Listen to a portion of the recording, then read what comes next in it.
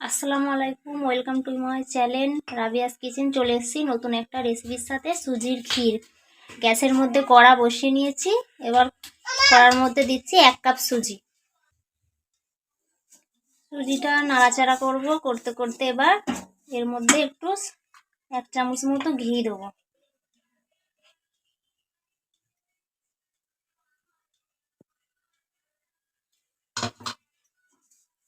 ঘি দিয়ে ভাজা ভাজা করতে থাকবো যতক্ষণ না একটু ঝরঝরে মতো আর কালারটা না চেঞ্জ হয়ে যায়। নিয়েছি তেজপাতা, 2টো এলাচ, লং নিয়ে দুধটা ফুটিয়ে রেখেছি সুজির ক্ষীরটা বানাবার জন্য, আগে থাকতে রেডি করে। রেসিপিটা বন্ধুরা অবশ্যই বানাবেন। আমার চ্যানেলে আগেও একটা আছে সুজির রেসিপি, এটা দ্বিতীয় রেসিপি। শবে বরাতের জন্য যেটা সুবিধা মনে হবে সেটা করবে। দুটোই সহজ রেসিপি, খুব তাড়াতাড়ি হয়ে যাবে।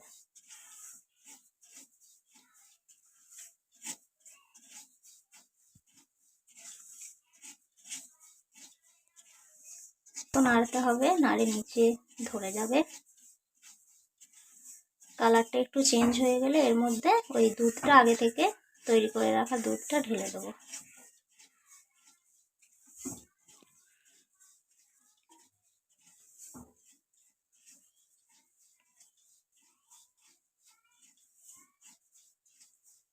অনেকটা কালার চেঞ্জ হয়ে এসছে। এবার এর মধ্যে দুধটা ঢেলে দেবো।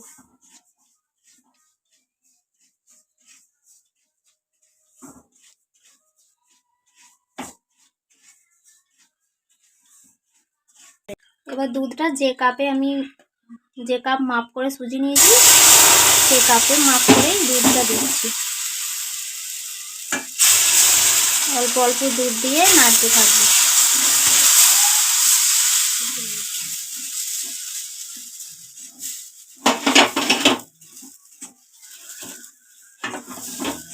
আর গ্যাসটা একদম লোয়ে আছে। এবার যে বাকি দুধটা আছে সেটা আমি ঢেলে দেবো।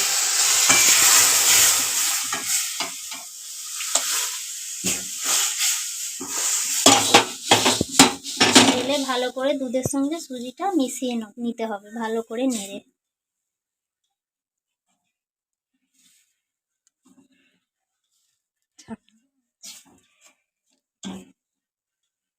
সুজিটা ভালো করে নাড়াচাড়া করে দিয়েছি, একদম লোয়ে আছে গ্যাস। এটা ততক্ষণ হতে থাক। আমি এদিকে গ্যাসে কড়া বসিয়ে দিয়েছি এদিকে। আর একটুখানি সামান্য ঘি দিয়ে কাজু আর কিশমিশটা হালকা ভাজা ভাজা করে নেবো।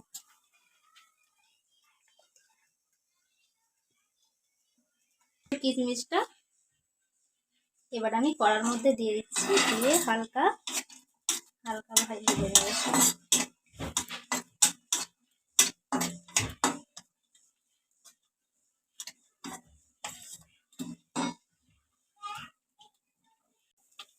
আর কিশমিশ কাজু বাদাম আমি তুলে নিচ্ছি, ভাজা ভাজা হয়ে গেছে।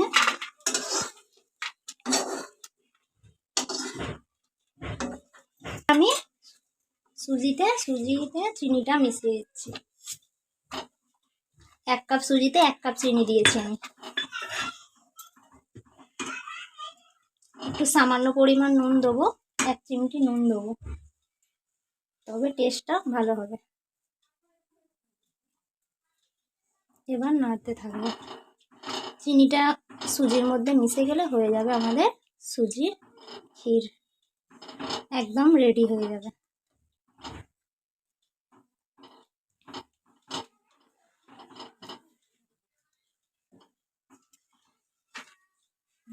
আমি তো এখানে 1 কাপ সুজিতে 1 কাপ চিনি ব্যবহার করেছি। এবার তোমরা যেরকম মিষ্টি খেতে চাও, যে যেরকম সেরকম চিনি কম বা বেশি নেবে।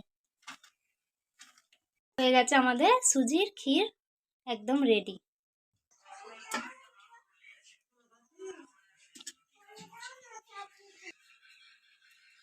একদম পুরোপুরি সুজির ক্ষীর পুরোপুরি ভাবে একদম রেডি।